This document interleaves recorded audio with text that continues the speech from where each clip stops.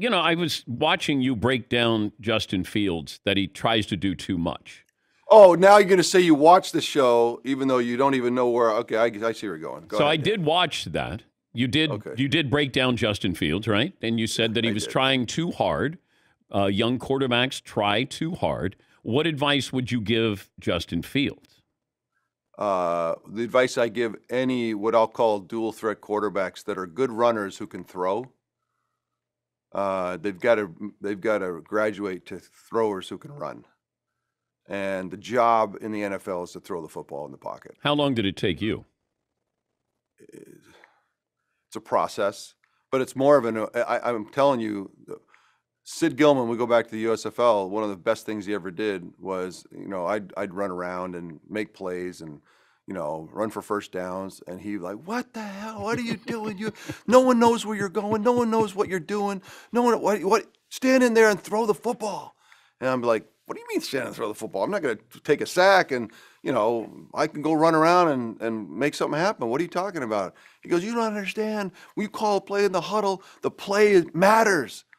Stuff matters. You got to get it the full measure of the play. You leave too early. And so one time I ran around. He got irritated. He goes, go get a rope. Someone give me a rope. Someone got a jump rope or something that was laying around. He goes, he got a rope. He stopped practice. He tied my legs together.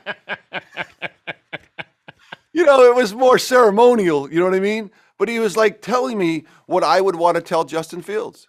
What I would want to tell Michael Vick, which I did tell Michael Vick. What I would tell anybody who could run around and throw the football. You have to be like Mac Jones. Mac Jones is not going anywhere.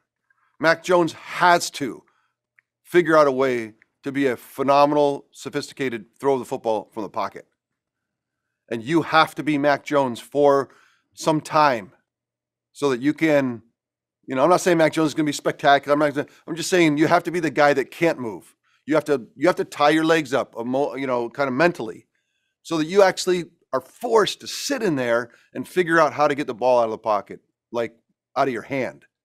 And I think once you start to learn that game and you can run around, that's when the danger really comes. I mean, that's when people, I see the young guys and Josh Allen and Patrick Mahomes and they're getting there, and you can see how dangerous they are.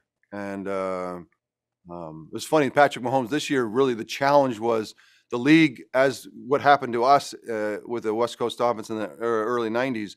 It was so far ahead of everybody. Defenses finally said, forget it. Screw it. We're not just going to play zone. We're just going to back up.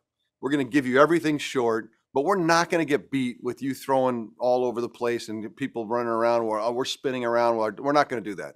We're going to put 22 eyeballs on the quarterback, and we're just going to wait and force you to be patient, force you to not make mistakes, and we'll force you to go, 9, 10, 11, 12 play drives. You can do it all day long, but you got to show the patience. And that's what happened to the Chiefs this year.